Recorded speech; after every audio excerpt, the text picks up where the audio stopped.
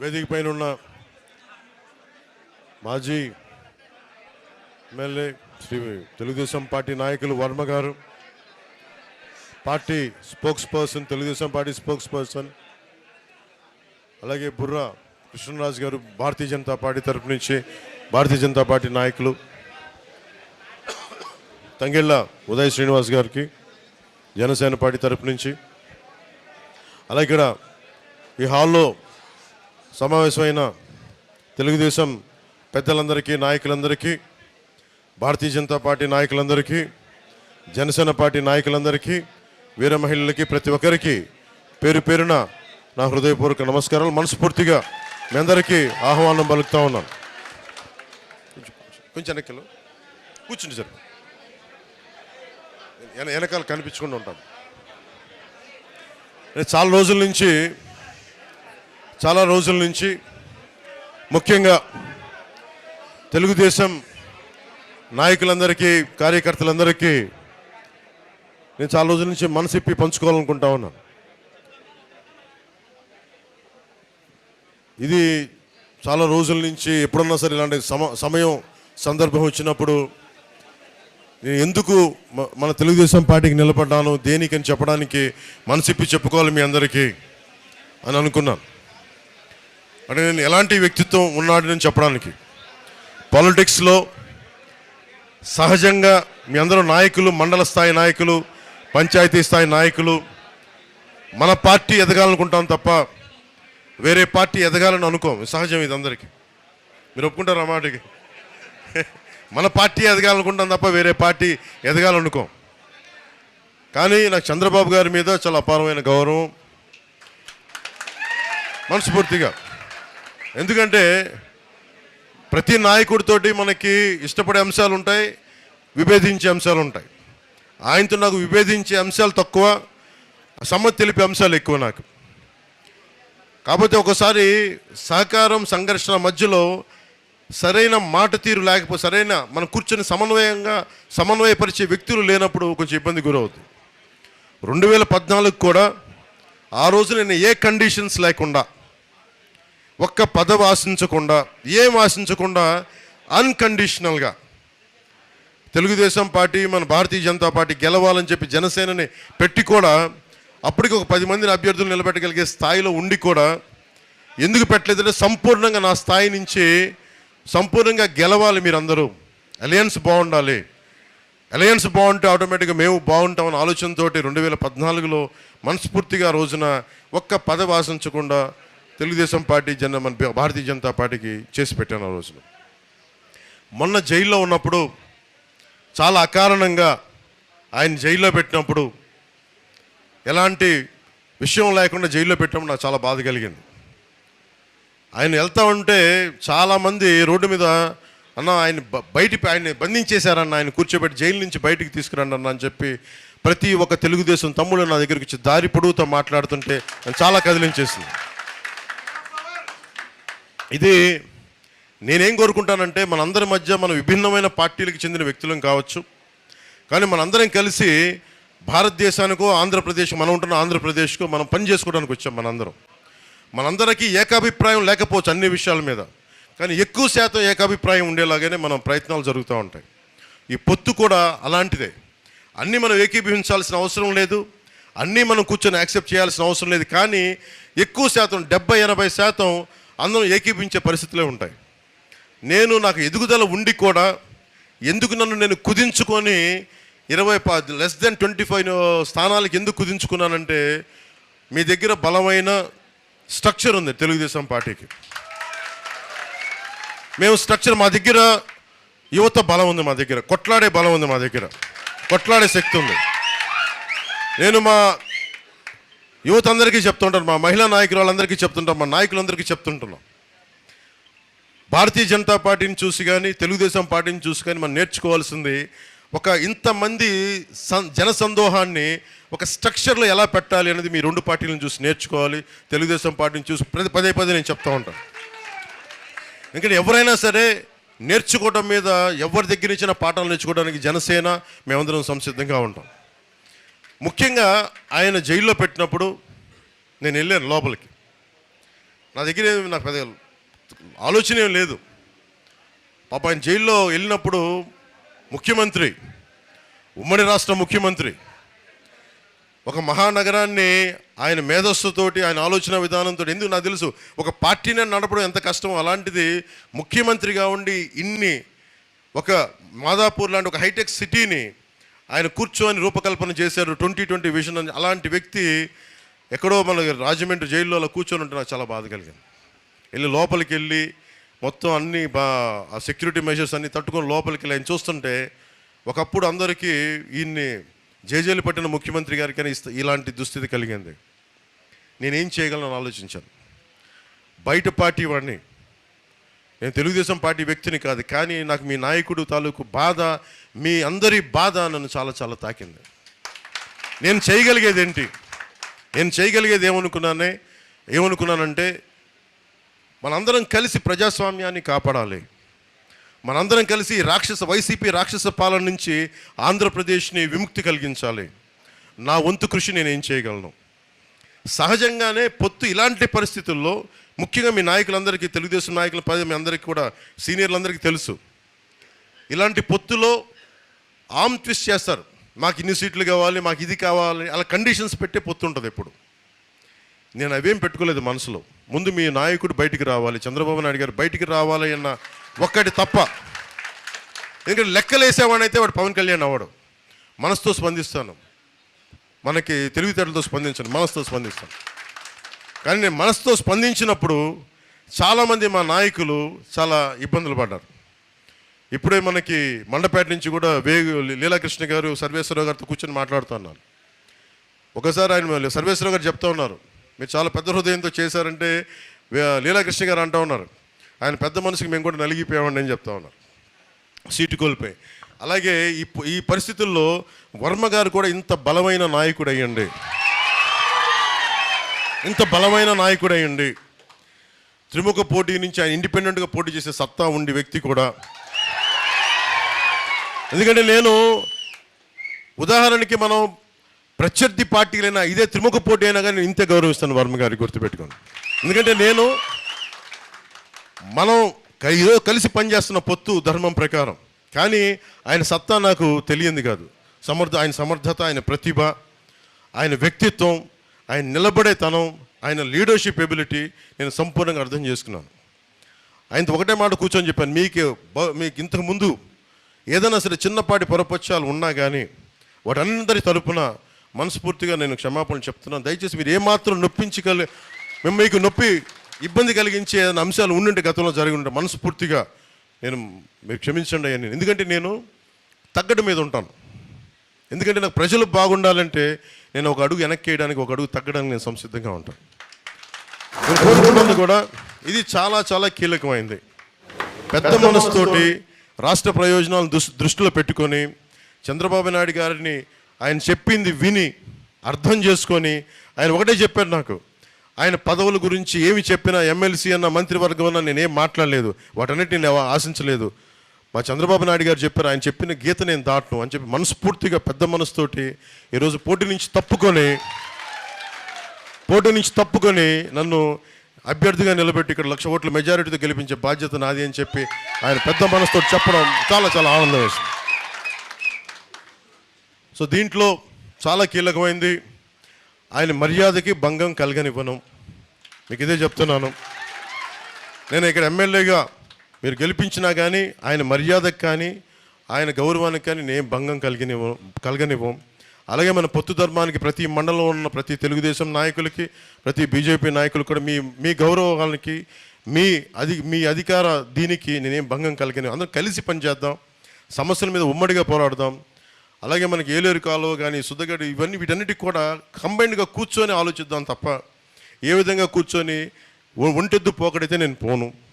అందుకని మీరు మనస్ఫూర్తిగా ఈ రోజున వర్మ గారు మిమ్మల్ని అందరికీ కలవాలంటే మనస్ఫూర్తిగా మీ అందరికీ ఇక్కడ వచ్చిన ప్రతి ఒక్కరికి పేరున ప్రతి తెలుగుదేశం నాయకులకి, ప్రతి ఒక్క కార్యకర్తలకి, ప్రతి ఒక్కరికి మన భారతీయ జనతా పార్టీ నాయకులకి, జనసేన నాయకులు, ప్రత్యేకించి జనసేన పార్టీ తరపు నుంచి మీ అందరికీ మనస్ఫూర్తిగా నా కృతజ్ఞతలు తెలుపుకుంటాను.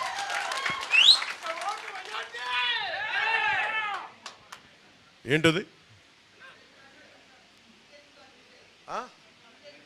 తీసుకుంటా.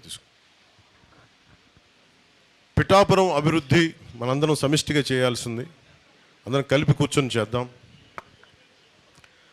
ఇంకొకటి, ఈ రోజున ఎంపీ పార్లమెంట్ అభ్యర్థిగా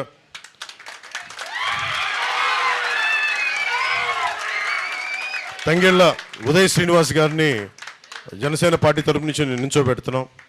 జనసేన వర్మ గారు పాపం ఎంత త్యాగం చేశారు, మేము కూడా మా త్యాగాలు చెప్పాలి కదా మీకోసం. మేము ఎంత చేసాం. నన్ను పెద్ద నాయకులు మన భారతీయ జనతా పార్టీ పెద్దలందరూ అడిగారు ఢిల్లీలో, మాకు పార్లమెంట్ సీట్లు కావాలి అవి చెప్తే నేను చెప్పాను, నేను కావాలి నేను కుదించుకుంటాను, మీరు ఉండాలి పొత్తులో, ఆంధ్రప్రదేశ్కి మీరు రక్షణ కల్పించాలి అని తగ్గించుకుంటూ వచ్చాను. దాంట్లో భాగంగానే 3 సీట్లు అదనంగా కూడా మన భారతీయ జనతా పార్టీకి ఇవ్వాల్సి వచ్చింది. అంటే ఇవన్నీ ఎందుకు చెప్తున్నానంటే 3 పార్లమెంట్ల నుంచి 2 పార్లమెంట్లకు వచ్చాం. మనకి బందరేమో బాలశౌరి గారు, కాకినాడేమో మనకి తంగెళ్ళ ఉదయ్ శ్రీనివాస్. కాకపోతే అతని తంగెళ్ళ ఉదయ్ శ్రీనివాస్ అంటే కూడా నేను టీ టైమ్ శ్రీనివాస్ అని పిలుస్తాను. అంటే ఇది ఎందుకు చెప్తున్నానంటే ఇతన్ని చాలామందికి అనుకోవచ్చు ఈయన ఎందుకు పెట్టాను దేనికి పెట్టాను అంటానికి. ఇప్పుడు ఉన్నదేమో చలమలశెట్టి సునీల్ గారు వైసీపీ నుంచి, ఆయన ప్రతిసారి ఎన్నికల టైంలో వచ్చి వెళ్ళిపోయే వ్యక్తి.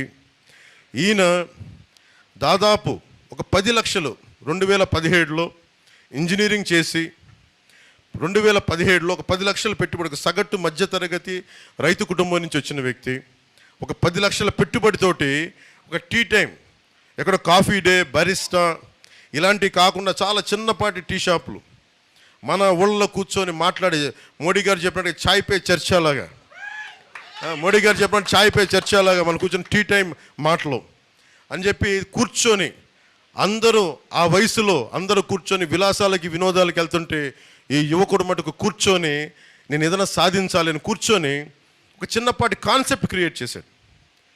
ఆ కాన్సెప్ట్ ఏంటంటే కూర్చోబెట్టి మనకి బెరిస్టా లాగా కాఫీ డే లాగా మనం ఎందుకు మన సగటు పల్లెటూరులో మన ప్రాంతాల్లో మనం ఎందుకు పెట్టకూడదు. ఆ ఒక్కడి ఆలోచన 10 లక్షల పెట్టుబడితోటి కూర్చోబెట్టి రకరకాల టీ ఆకులు తీసుకొచ్చి రకరకాల కాంబినేషన్స్ తనే కొంతమంది టెస్టర్స్ని పిలిపించుకొని కూర్చొని ఒకటే పని చేశాడు. అది చాలా టీ కాంబినేషన్స్ చేసిన తర్వాత 5-6 టీ కాంబినేషన్స్ పెట్టుకుని చిన్న కొట్టు పెట్టుకున్నాడు. తనే నడిపాడు, ముందు ఫ్రెండ్స్ అందరినీ పిలిచేవాడు. అలా కూర్చొని రాజమండ్రిలో పెట్టి అలా కూర్చొని నడుపుతూ ఉంటే ఇంకొకళ్ళు వచ్చి మాకు కూడా ఇలాంటి టీ షాప్ కావాలి, ఏం చేయాలంటే నేను మీకు టీ సప్లై చేస్తాను, మీరు ప్రెమిసెస్ చూపించండి అని.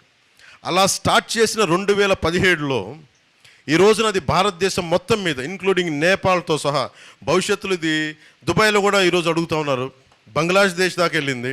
ఇది దాదాపు 4000 అవుట్లెట్స్, టీ టైమ్ అవుట్లెట్స్ భారతదేశం అంతటా ఉన్నాయి.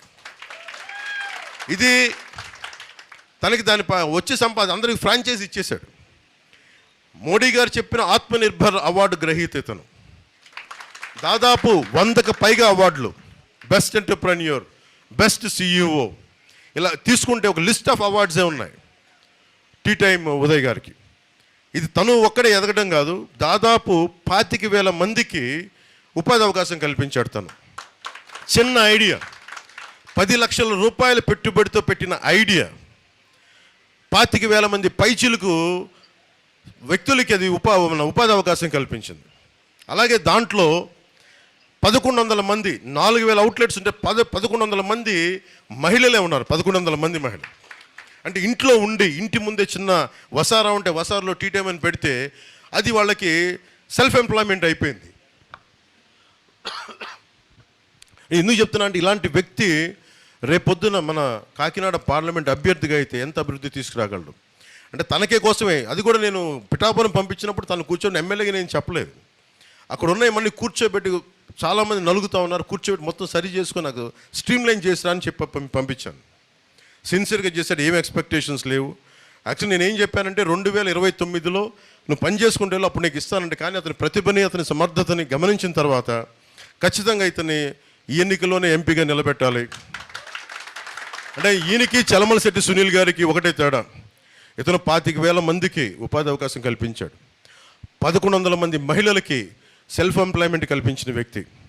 ఈ రోజున బెస్ట్ ఎంటర్ప్రెన్యూర్ అవార్డు రేపు పొద్దున్నది ఎన్ని వేల కోట్లకి అది మనకి మార్కెట్, మనకి స్టాక్ మార్కెట్కి వెళ్తే తెలియదు భవిష్యత్తులో, అంత బలమైనది. అలాగే ఆత్మనిర్భర్ అవార్డు మోడీ గారు పెట్టిన సెల్ఫ్ రిలయంట్ ఇండియా, దాని అవార్డు గ్రహీత.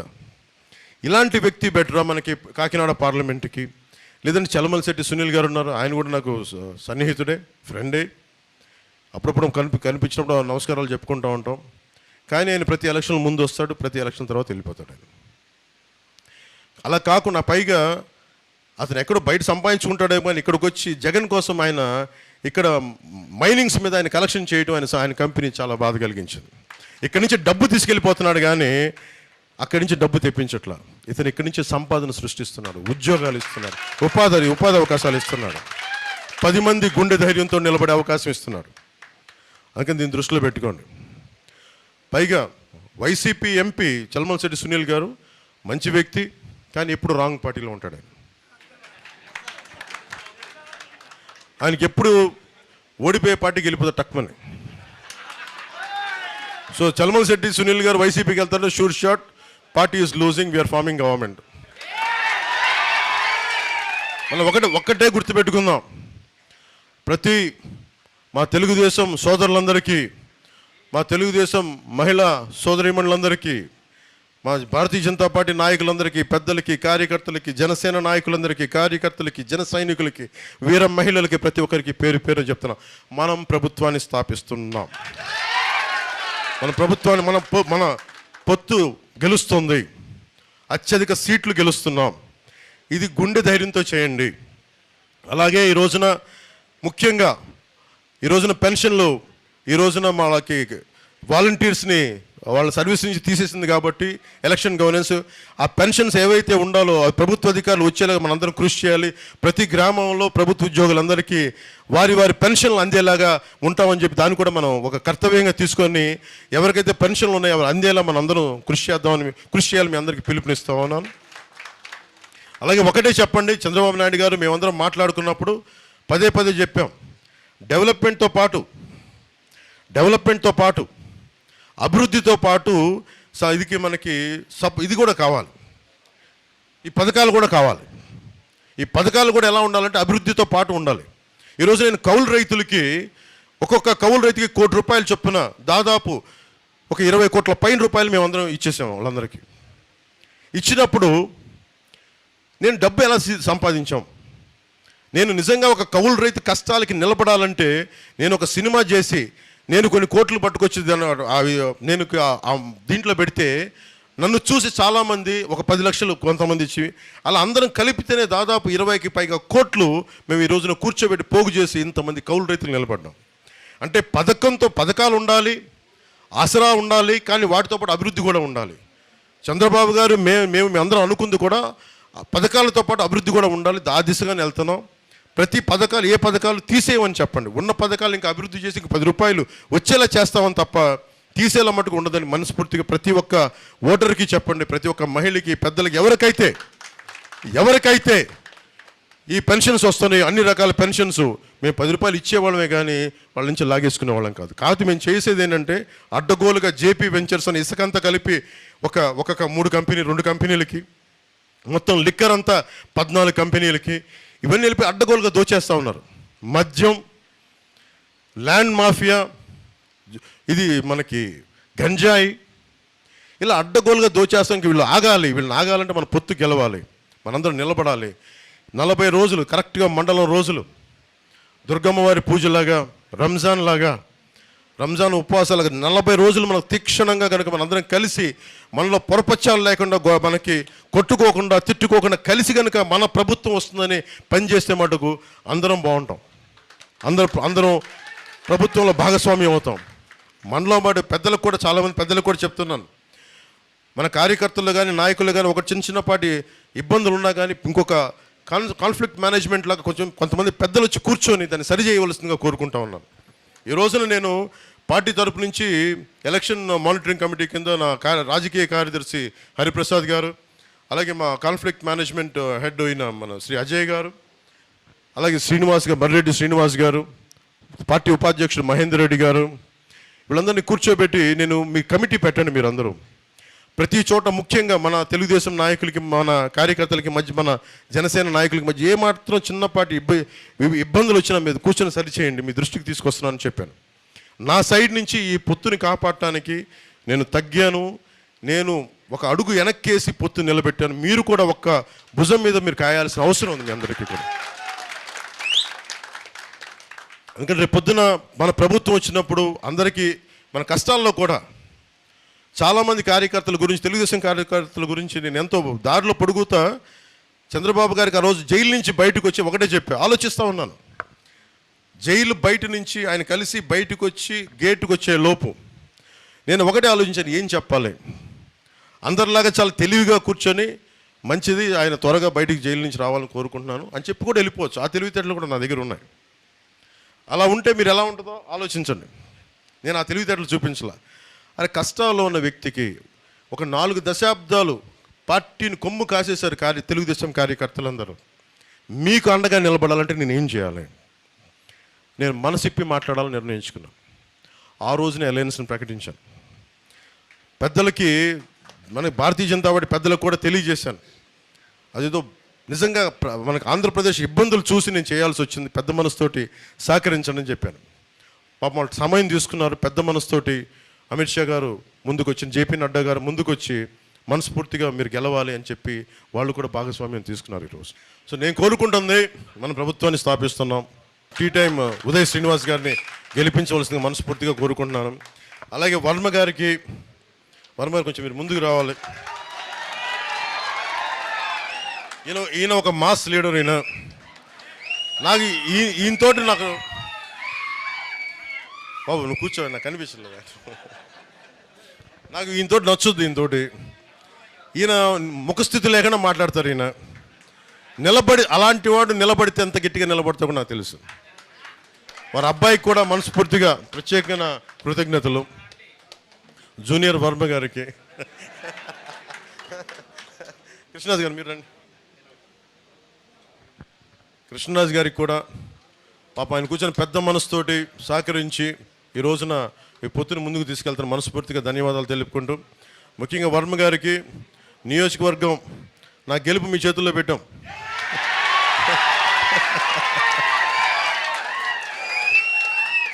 సో మనస్ఫూర్తిగా నాయకులు, తెలుగుదేశం నాయకులందరూ నేను ఒకటి చెప్తున్నా, గెలవాలంటే గెలవచ్చు, అలా కాదు కదా.